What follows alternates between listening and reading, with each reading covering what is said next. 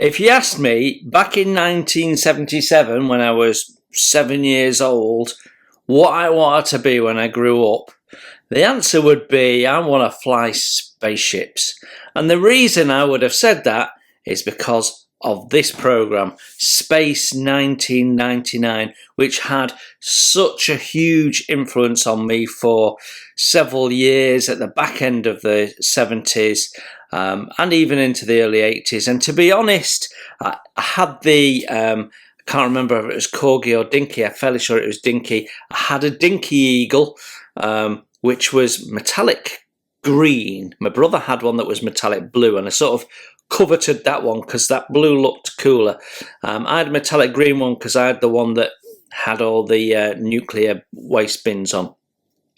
And to be honest, the Eagle is so iconic and it has stuck with me ever since. It's one of my favourite fictional spacecraft of all time. Well, actually, it's probably one of my favourite. You know, there's no actual spacecraft that I think are in some way better looking than an Eagle. So I got really excited when MPC decided they were going to release a 22-inch long version. It's huge. The box is huge. I can't get it all on camera. But guess what? It's first impressions day.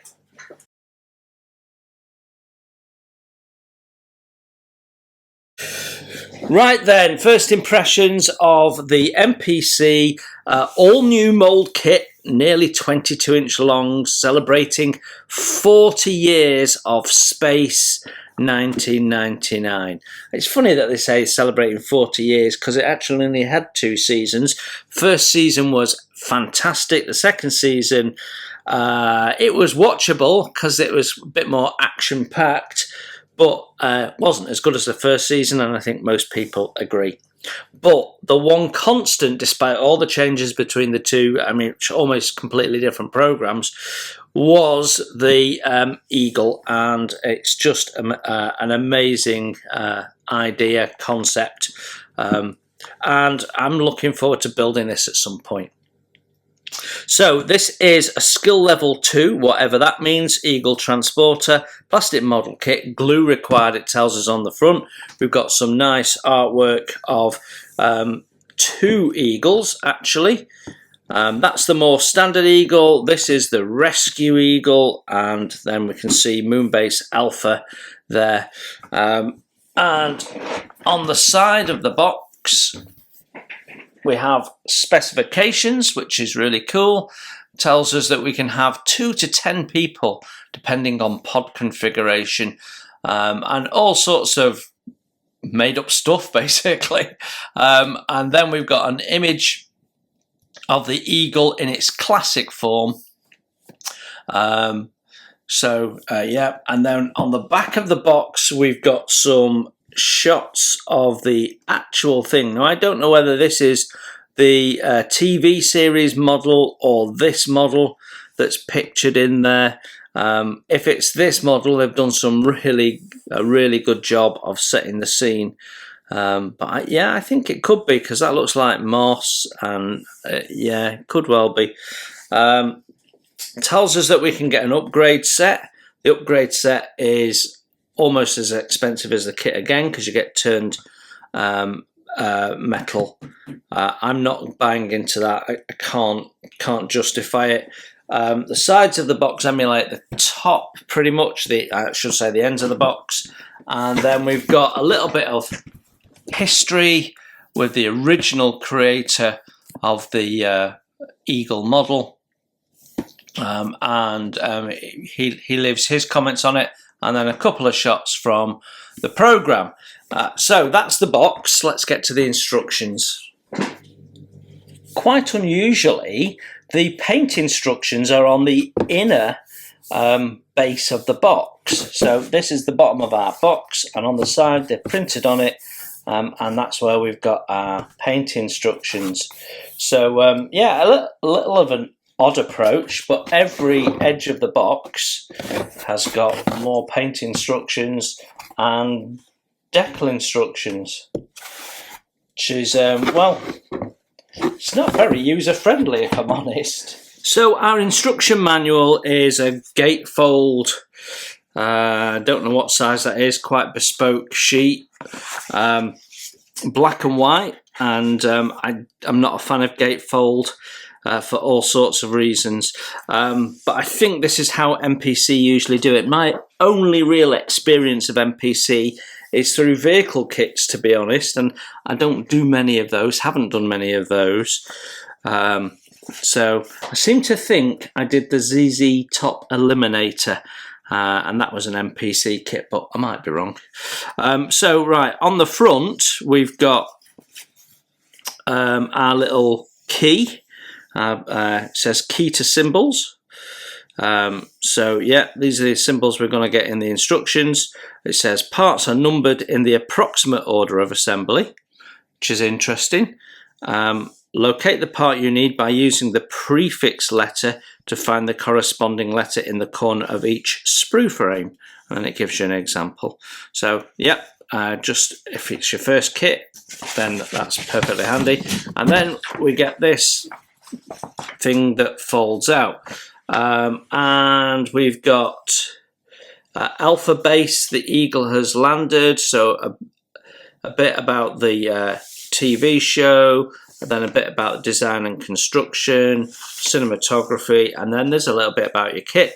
The MPC model kit represents the first Hero 44-inch model that was used extensively throughout the series and most well-known publicity shots. Given the original models were redressed so often, this kit was designed to most closely match the original studio model as it was seen in the earlier publicity photos and the first few episodes of season 1. If the builder of this kit were to be perfectly accurate, he would have to choose a specific shot from the original material and try to replicate it exactly. So you get different images of the Eagle with the paint in slightly different formats. So famously, the red stripes that we've just seen, these bits here, on some shots in the series, the paint goes inside the window countersinks and then stops at the bottom of the door, and in other shots it doesn't go in the window countersinks and goes beyond the door. So it's very much about, you know, find a scene you like and create it. So I get what they're saying there, that's great. Which may be impossible. Thus, some small compromises were made in the development of this depiction of the studio miniature. It is exactly half the size of the original miniature at 1/48 scale. So that's the scale of the kit we've got. Half the size of the original. I've seen the original. It used to be on display in Blackpool, and yeah, it was very, very cool. Extensive research was done by British film industry model maker Chris Trice, who had the enviable opportunity to access the original model over many years to take careful measurements from the thoroughly documented every part and detail with exceptional accuracy. That didn't flow well. The research allowed the development of drawings and an accurate CG model by CAD professional Daniel Prudhomme. These assets were used to make this kit as accurate as possible. The command module nose cone was scanned directly from a perfected replica made by Chris Trice himself. The pilot figures included in the kit replicate the Gemini capsule figures as used in the original miniatures for added authenticity. We hope you enjoy building this beautiful replica of a very special and iconic design, one of the most accurate model kits of a science fiction subject ever produced. Well, that's not blowing trumpets at all, is it? So what they're basically saying is we've done a lot of research into this and it will be very, very accurate. Let's hope they didn't fluff it up with their process of manufacturing. Then we've got some general assembly tips and some decal tips. And then we are on part 1, and I'm going to have to do my best to try and keep this in shot. Let me just wriggle that up a little bit.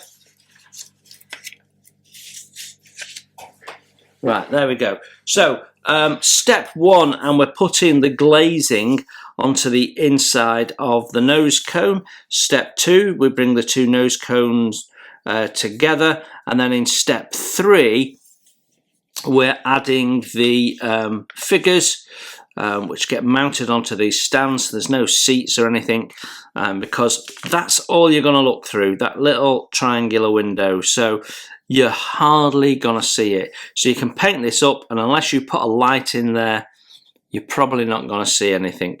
Or, you know, if you shine a torch in, you might. And it says, special note, glue is optional for this step. So basically, you can push the nose cone on and leave it removable. So that's quite cool. Now, there are all sorts of upgrade kits at this stage where you can replace, put seats in it, put the center console in it, open this door and have the corridor. There's all sorts of stuff about. Depends on how many hundreds of pounds you want to spend on it. Step 5, and with our module together, we are putting on these little aluminium discs. I'm never really sure what they are. They look like little sensors or radars or something like that. That's what I've always assumed. And then we've got the mounting frame at the back, which basically squares it off and allows it to be attached. So in various programs, you'll see these detached for all sorts of reasons, but they can actually fly them and then attach them to something else. So we've got the little bolt system here that's holding this onto the frame, and then we've got the back frame on there. Then in step 6, we are attaching together the parts that make up the top frame that runs the length, basically the spine of the spacecraft. Step 7, we're joining those together. And in step 8, we're adding in supports. So it's quite a complicated tubular system that they're doing here. This little symbol here, it keeps telling us to allow the glue to dry. And it does give us some written instructions, but only in English. And then step 9, we've got another frame that we're building up. It's got lots and lots of clips. And then we're building up what I think is the back subframe there, to which we'll have pods and the engines hanging off the back. Then, as we go to step 11, we're putting together some detail parts. These are all forming parts that are going to go into that frame, I think. So we're building up sort of a box, putting details on. That looks like a door, so I think this must be the rear area between the pod in the middle and the engine section, I think. So you can see those bits that we made there. Oh, it said make ×4, I missed that. You can see those being added on, and then this frame going in. So yeah, it's either the front, it could be the front, because the front bit's got an extended bit with all sorts of gubbings in, and that could be the corridor then from the front. So I've changed my mind. I've decided that's probably going in the front.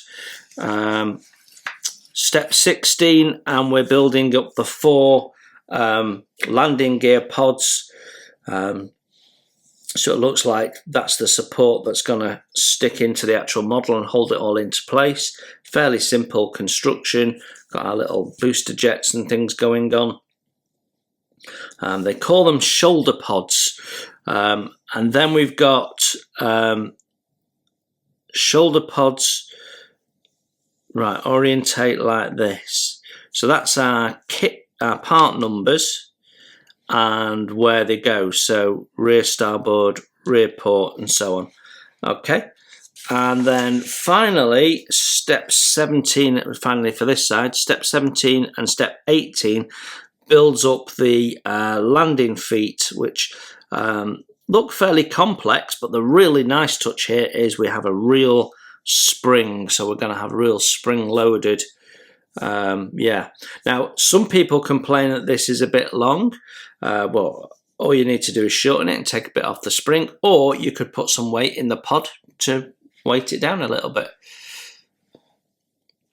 Right, so let's turn over the page.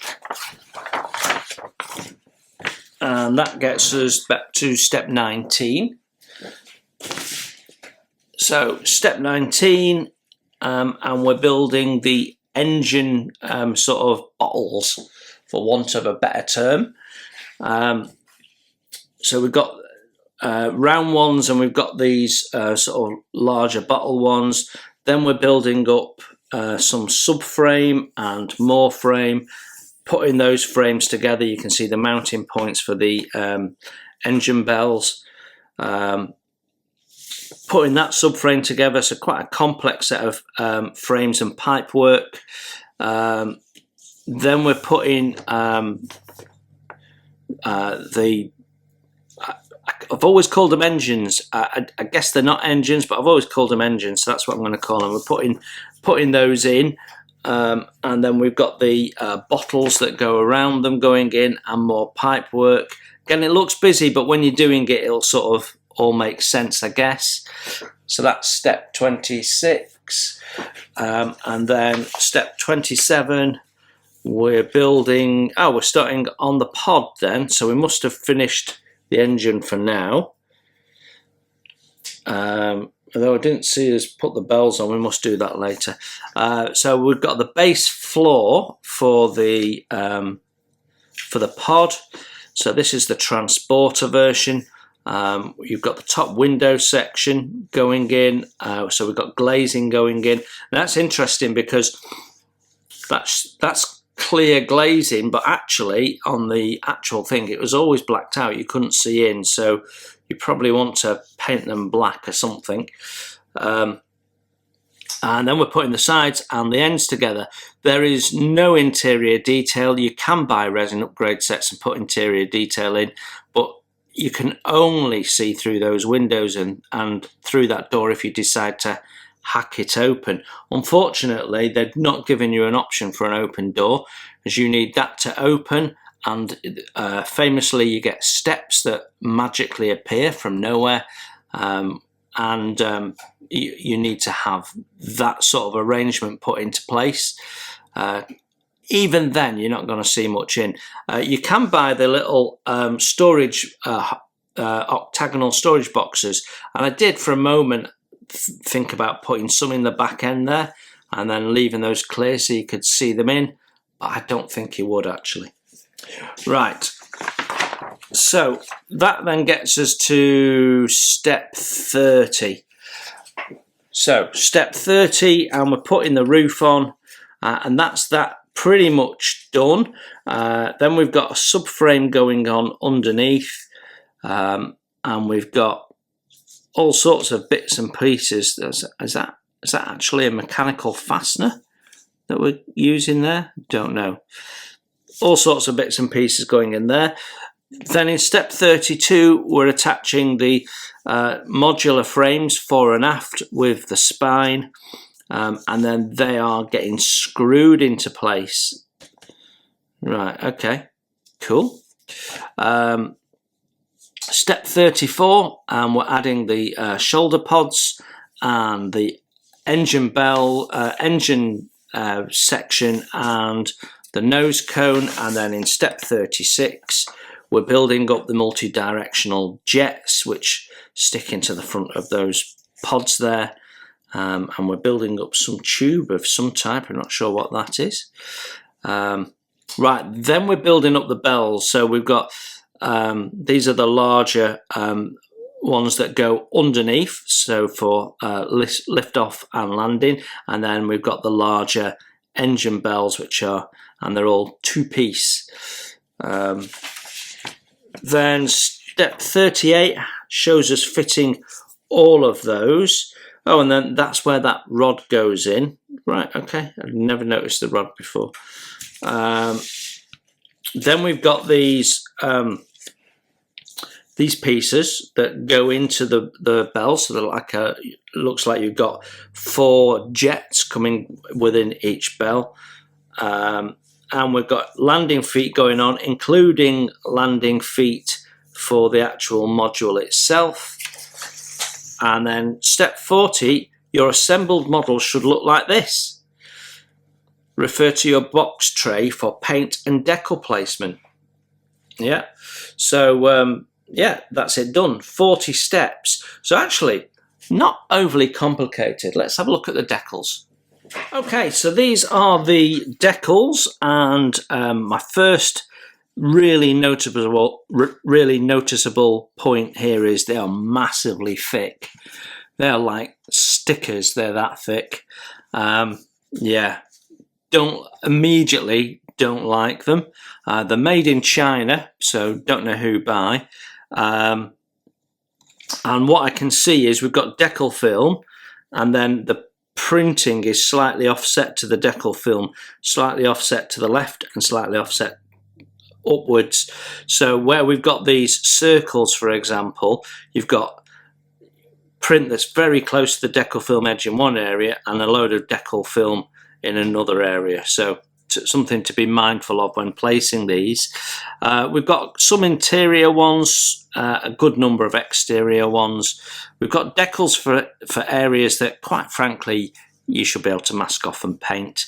But it's nice to have the option, I guess. And then we've got decals here for the pilots, which is really cool. It gives you some options on which oxygen tanks they've got. And then we've got the Moonbase Alpha logos. We've got 2 different types of logo. I think a season 1 and a season 2, if I'm right. And then various other markings. What we've not got is the coloured markings that go around the front of the spine frame. Front and back of the spine frame has multicoloured stripes, and they're not on there. I've immediately noticed that also. So yeah, okay.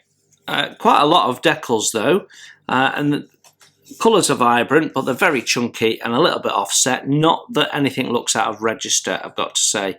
So you would be all right putting them on, but they're a bit chunky for my mind. And we'll perhaps think about that a bit more in the sum up.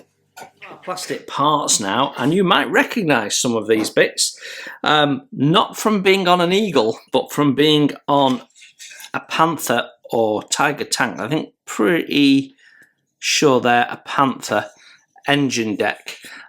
Famously, sci-fi film shows and movies, they built their models using other models, and if you've ever looked closely at an ATAC walker, there's a lot of 1/35 scale German Tamiya kits in an ATAC walker, for example. But yeah, that's definitely recognisable for anyone who does armour modelling. So yeah, pretty cool.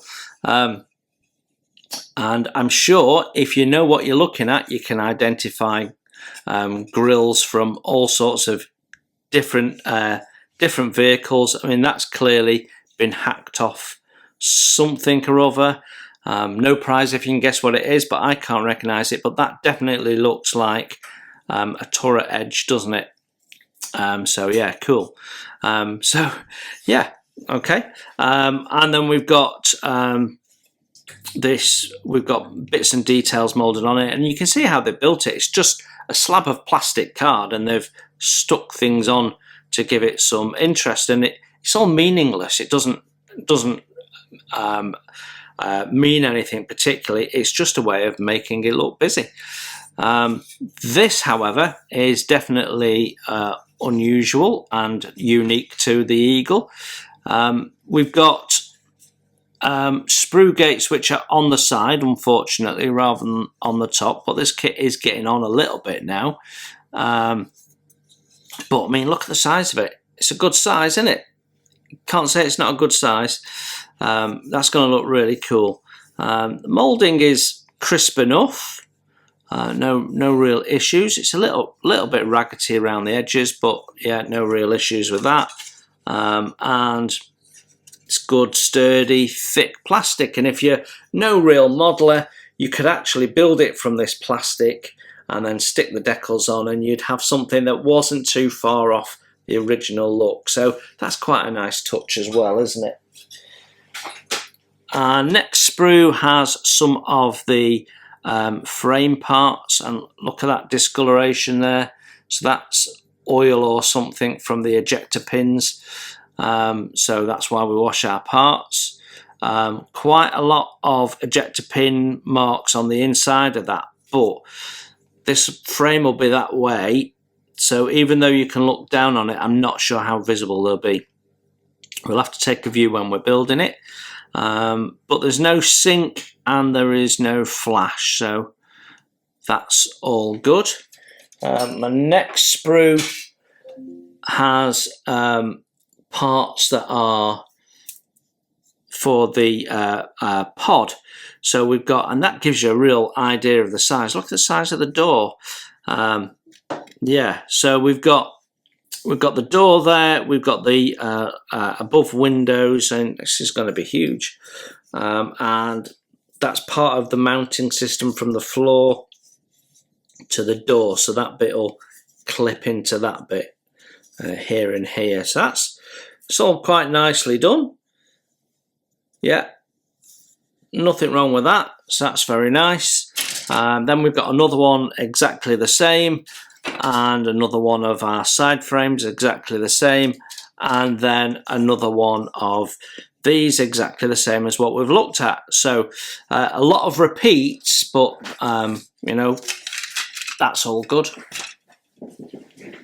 Once again, we've got two sprues that are the same, and this has mainly spars and bits and pieces for building up the frames. And that thing we saw in the instructions, and I said, is that an actual nail?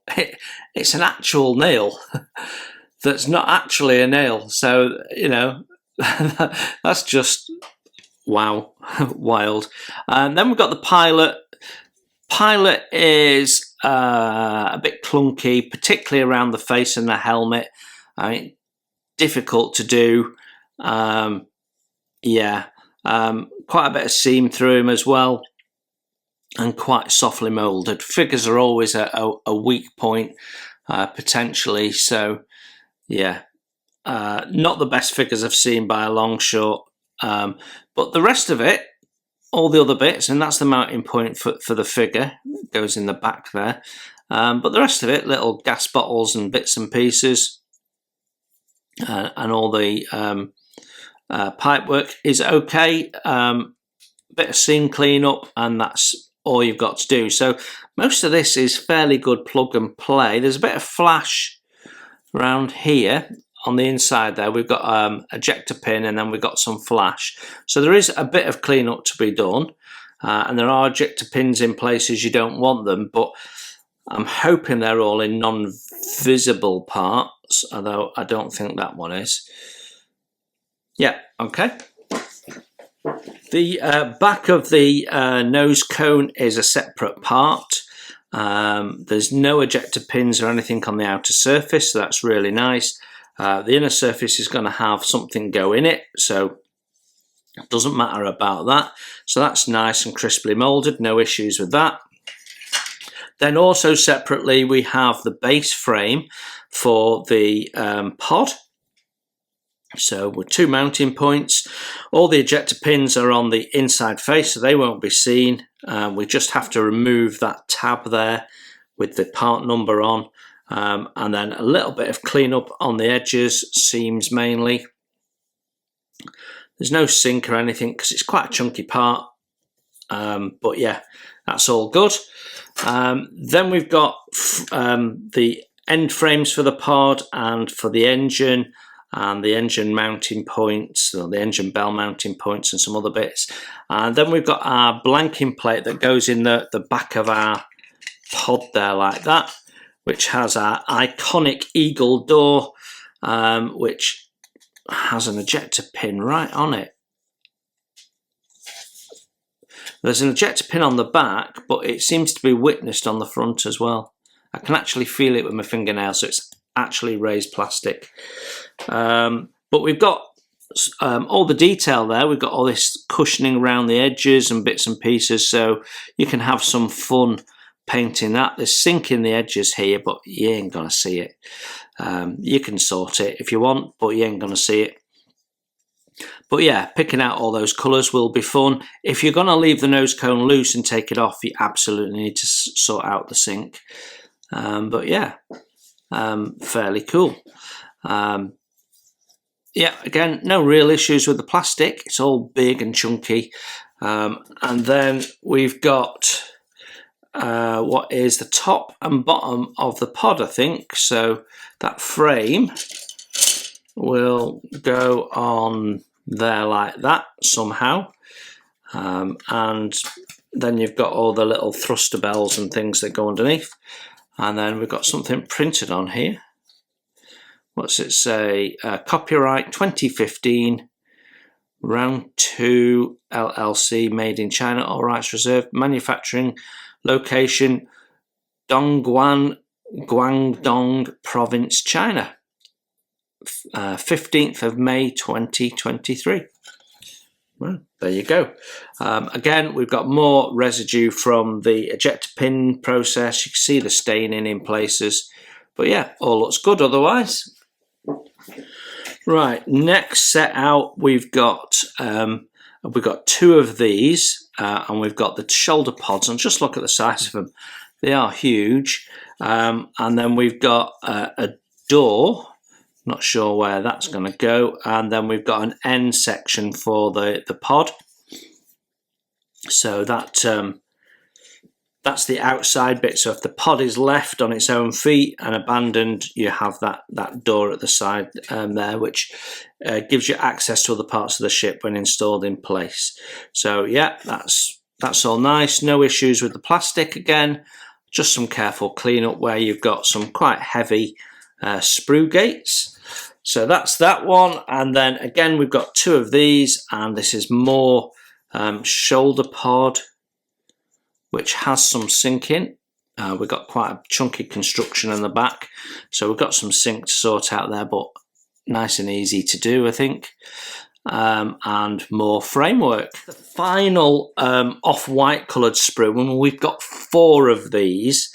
So we've got framework, we've got joining tubes, we've got the base of the shoulder pods, we've got the engine bell bottles there, some more panels I think for the shoulder pods, and the little connective piece that goes into there and mounts the spring and what have you, so that's all cool.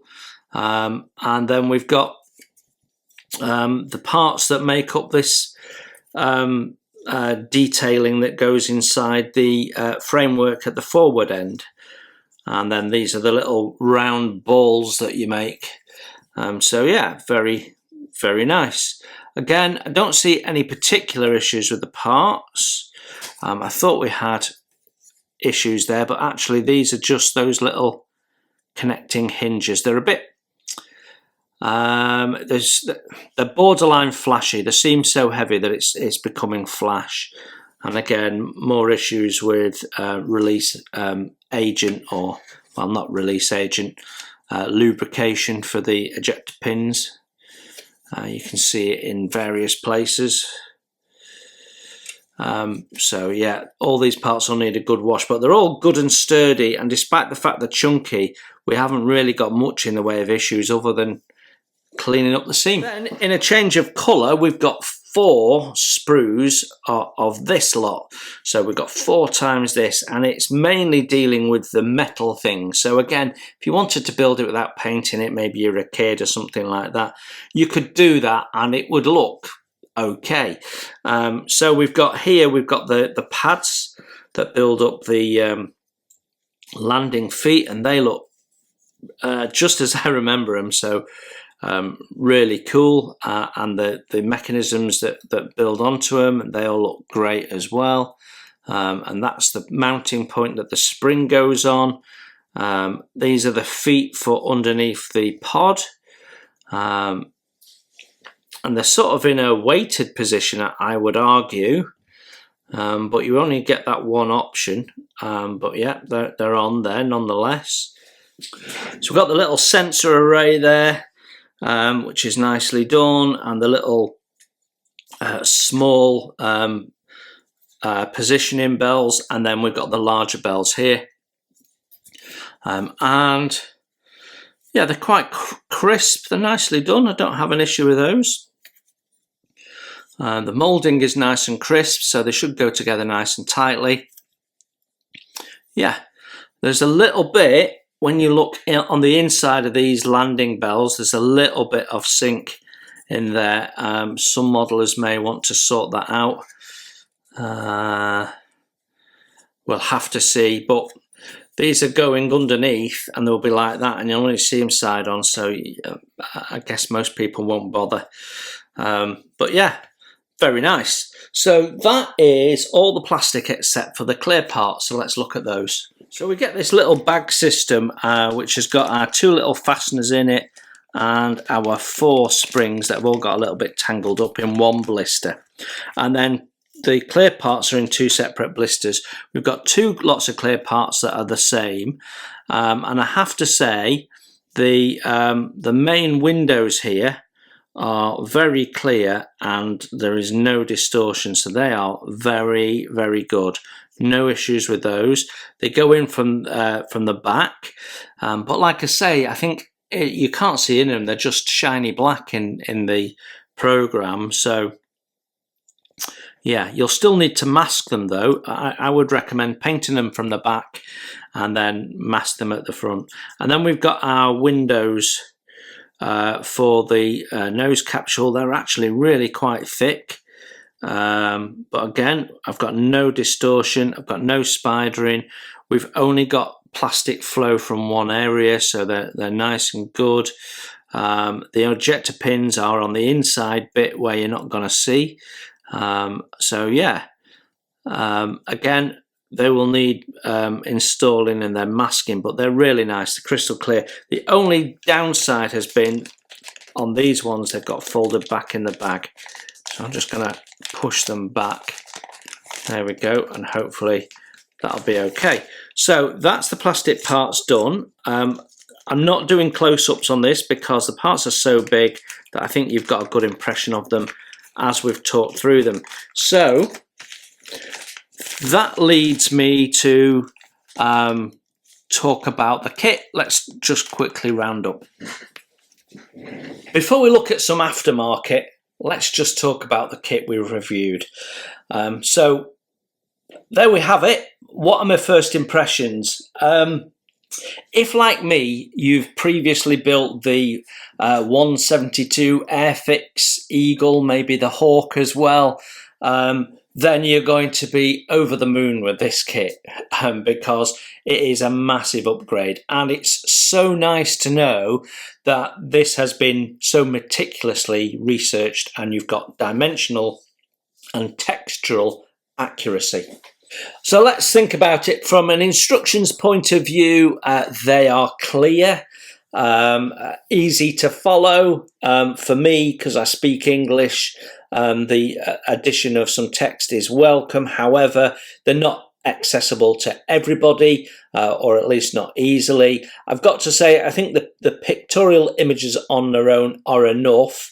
But if you're going to do texts, you need to do at least some multi-languages. I mean, Tamia will do it in Japanese, English, and maybe German or something, or Spanish as well. And that's the difficulty with putting text on instructions. You can't accommodate everybody. So the instructions in the main I felt were clear. I don't like them being on a gatefold piece of paper. Yeah, it's cheaper for them to print it and what have you, but it's not user friendly for the modeler. But that's a minor gripe in the grand scheme of things. The paint instructions being on the inside of the base of the box is quite frankly bizarre and totally not user friendly. It's a big old box. I mean, it's a large box. It's unwieldy. It means you've got to try and fit that box on your desk or near your desk to reference it, or cut the box up so that you've got bits of cards you can refer to. Again, not really very handy, and you need it because it's got decal positions and what have you, so that isn't helpful at all. So you know, you've got to say room for improvement on the overall instruction front. The plastic itself, well, if you assume this is a 2015 tooling, and I've not checked that, but that's the implication from what we read as we went through, I would say that the plastic parts are a little soft moulded in places, but on the whole are nice and sufficient to build the job. They're crisp. There's no real issues. There's one or two bits of sink, but it's very, very minor. They have tried to engineer out the ejector pins from upper surfaces. They're nicely thought out. They're big. They're chunky. It's just going to be a lot of fun. There are no real issues with the plastic parts at all. And I like the fact that they've put a couple of colours in so youngsters can build it without having to paint it. They can slap the decals on and get something that looks like that. Now, this comes with paint options for both the standard Eagle and the Rescue Eagle, so you can put the red stripes on if that's what suits you. Not sure I will. I think I quite like the classic, but you know, that's something to think about when we come to build it, and that's not quite where we are right now. So yeah, from that point of view, okay. Decals, bit chunky, but otherwise okay. Some of the decals are unnecessary. You can easily paint that. You know, even a youngster can easily paint that by hand with a brush because it's a huge area. But you've got them there as an option. So yeah, so decals okay, but not brilliant. But you should have no real issues putting them on.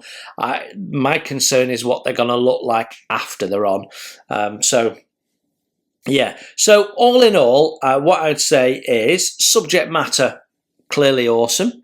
I'm biased about it, and I don't mind admitting it. I absolutely love the subject matter, and so even if the kit was worse than it is, I'd still love it. So yeah, and I think if the fit is as good as everything else we've seen in here, it should build up okay. There shouldn't be any real issues. It's a nice modular way of building. So even though it's a big kit, you can do it in friendly to work with size phasers. So all good really. So you could do a shoulder pod one day, and then you want fancy a change, you could work on the main pod or whatever. So there's all sorts of ways of tackling it. It's a nice, big, imposing model when it's done. And yeah, I'm excited to build this at some point. It will be cool. So I actually don't think it'll take too long to build. The painting is fairly simple, so it's there's some stages you'll have to paint. The most difficult thing will be deciding how you want to tackle painting this, the detail inside before you do that. I mean, it's all fundamentally one colour, but it's getting in with your airbrush, isn't it? So yeah, nothing to not like about this, to be honest. But there is lots of aftermarket. Space 1999 is a very, very popular program, still has a cult following. There's a lot of people who want to make this as more perfect than the original series models and add more detail. I've bought into a little bit of it, but not much of it. So let me show you the little bits that I have. So I have additional decals here, and these are actually MPC, also quite hard to find in the UK, but they cover off 4 different options. So you get 2 Eagle transporter options, and then you get, sorry, I should say they're all Eagle transporters, but you get one with a laboratory pod and you get one with the rescue pod, and then 2 as the standard transporter versions. And if you look carefully, you'll see you've got season 1 and season 2 decals on there. And the nice thing about this, you get 4 sheets of these. The nice thing is some of the things that I spotted were missing are covered. So the little stripes that I said should be on the frames, painted stripes, they're included. So yeah, you get 4 of these sheets within this pack and a set of instructions. So let's have a very, very quick look at these. So in this set you get 4 sheets of decals, loads and loads of decals. They're not as chunky as the ones in the kit for some reason, but we do still have the issue with offset and additional film. So yeah, you've got a little bit of extra decal film, but you've got all sorts of dots, dashes, panels, some panels with colours on, all sorts of bits and pieces in here. They all come with this waxed sheet paper, but we've got some nice things here that tells you what they are. Passenger pod, one side, engine bottles, command pod interior, all sorts of decals on here. I mean, there's just tons of them. Then you've got front shoulder pod, rear shoulder pod. You've got different Moonbase Alpha logos there. All sorts of stuff. Things for the command module. I mean, just tons and tons and tons of it. And then on the final sheet here, we've got stuff for the outriggers. I mean, that's one great big decal there that looks like 3. That's 1. You've got outrigger ends, so that's the ends of your pods, pod ends. Outrigger left side, so that's the shoulder pods they're talking about. Loads and loads of stuff, roof decals and bottom decals. So you've got everything you can possibly need, plus some and plus some more. So loads of decals in there, and it all comes supported with some nice colour photos of the model and how to decorate it and where they go. You can see them all listed out, so that's pretty cool. And just tons. If like me you like decaling, you're gonna have a whale of a time with this, because that is absolutely cool, and it does cover the bits that I said were missing before. And some of these decals, you know, if you're not going to use them, no doubt you could put the instructions and the spare sheets on eBay and get some of your money back when you've done. It doesn't cover decals for the red stripes that you have to paint on yourself. So yeah, very cool. Now also I have some paint masks. So that gives me lots of options. These are all vinyl paint masks. And they don't cover everything that's on the decal sheets we've just seen, but they cover quite a bit of it. So all the little black dots and bits and pieces like that, you can just peel these off and stick them on, which is quite cool. Or you can use them, cut them out and use them as masks. So nice either way. And then we've got all these vinyl masks. You've got masks there for the windows, which is really cool. So yeah, lots and lots of different masks for the doors and the window frames and all sorts of stuff. So yeah, a really, really nice set of masks, and it comes with quite a comprehensive set of instructions. It tells you how to apply the templates. It takes you through the steps: paint, apply, paint again, remove.